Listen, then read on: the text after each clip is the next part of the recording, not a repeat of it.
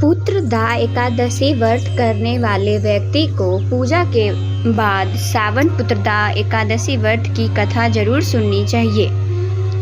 ऐसा करने से व्रत पूर्ण होता है और मनोकामनाएं पूरी होती है।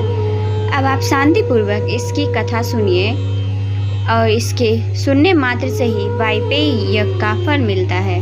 तो आइए कथा शुरू करते हैं। पुत्रदा एकादशी व्रत कथा। द्वापर युग के आरंभ में महिष्मती नाम की एक नगरी थी, जिसमें महिजित नाम का राजा राज्य करता था। लेकिन पुत्रहीन होने के कारण राजा को राज्य सुखदायक नहीं लगता था। उसका मानना था कि जिसके संतान न हो उसके लिए लोक और परलोक दोनों ही दुखदायक होते हैं। पुत्र सुख की प्राप्ति के लिए राजा ने अनेक उपाय किए, परंतु राजा को पुत्र की प्राप्ति नहीं हुई। वृद्धावस्था आती देख राजा ने प्रजा के प्रतिनिधियों को बुलाया और कहा, हे प्रजाजनों, मेरे खजाने में अन्याय से अपार्जन किया हुआ धन नहीं है। न मैंने कभी देवताओं और ब्राह्मणों का धन छीना है। किसी दूसरे की धरोहर भी मैंने नहीं ली। प्रजा को पुत्र के समान पालता रहा। मैं अपराधियों को पुत्र तथा बांधवों की तरह दंड देता रहा। कभी किसी से घृणा नहीं की, सबको समान माना, सज्जनों की सदा पूजा करता हूँ। इस प्रकार धर्मयुक्त राज्य करते हुए भी मेरे पुत्र नहीं है, सो मैं अत्यंत दुख पा रहा हूँ। इसका क्या कारण है? राजा महिजीत की इस बात को विचारने के लिए मंत्री तथा प्रजा के प्रतिनिधि वन को गए। वहाँ बड़े बड़े ऋषि मुनियों के दर्शन किए। राजा की उत्तम कामना की पूर्ति के लिए किसी श्रेष्ठ तपस्वी मुनि को देखते फिरते रहे। एक आश्रम में उन्होंने एक अत्यंत वयोवृद्ध, धर्म के ज्ञाता, बड़े तपस्वी, परमात्मा में मन लगाए हुए, निराहार, जितेंद्रिय, जित आत्मा, जित क्रोध, सनातन धर्म के गूढ़ तत्वों को जानने वाले, समस्त शास्त्रों के ज्ञाता महाआत्मा लोमस मुनि को देखा, जिनका कल्प के व्यतीत होने पर एक रोम गिरता था। सबने जाकर ऋषि को प्रणाम किया। उन लोगों को देखकर मुनि ने पूछा कि आप लोग किस कारण से यहाँ आए हैं? निसंदेह मैं आप लोगों का हित करूँगा। मेरा जन्म केवल दूसरों के उपकार के लिए हुआ है, इसमें संदेह मत करो। लोमस ऋषि के ऐसे वचन सुनकर सब लोग बोले, हे महर्षि, आप हमारी बात जानने में ब्रह्मा से भी अधिक समर्थ हैं। अंतः आप हमारे इस संदेह को दूर कीजिए। महिष्मतीपुरी का धर्मात्मा राजा महिजीत प्रजा का पुत्र के समान पालन करता है, फिर भी वह पुत्रहीन होने के कारण दुखी है।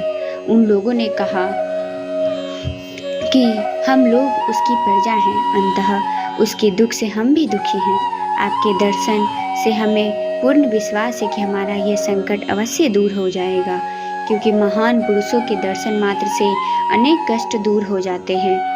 अब आप कृपा करके राजा के पुत्र होने का उपाय बतलाएं। ये वार्ता सुनकर ऋषि ने थोड़ी देर के लिए नेत्र बंद किए और राजा के पूर्व जन्म का वृत्तांत जानकर कहने लगे कि यह राजा पूर्व जन्म में एक निर्धन वैश्य था।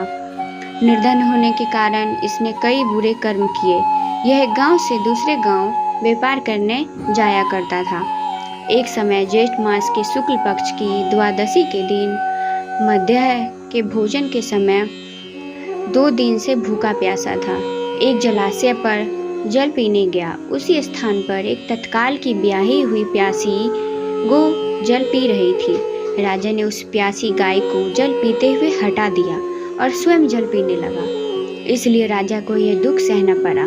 एकादशी के दिन भूखा रहने से वह राजा हुआ और प्यासी गो को जल पीते हुए हटाने के कारण पुत्र वियोग का दुख सहना पड़ रहा है। ऐसा सुनकर सब लोग कहने लगे कि हे ऋषि, शास्त्रों में पापों का प्रायश्चित भी लिखा है, अतः जिस प्रकार राजा का यह पाप नष्ट हो जाए, आप ऐसा उपाय बताइए। लोमस मुनि कहने लगे कि सावन शुक्ल पक्ष की एकादशी को, जिसे पुत्रदा एकादशी भी कहते हैं, तुम सब लोग व्रत करो और रात्रि को जागरण करो, तो इससे राजा का यह पूर्व जन्म का पाप अवश्य नष्ट हो जाएगा।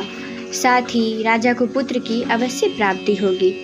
लोमस ऋषि के ऐसे वचन सुनकर मंत्रियों सहित सारी प्रजा नगर को वापस लौट आई और जब सावन शुक्ल एकादशी आई तो ऋषि की आज्ञा अनुसार सबने पुत्रदा एकादशी का व्रत और जागरण किया।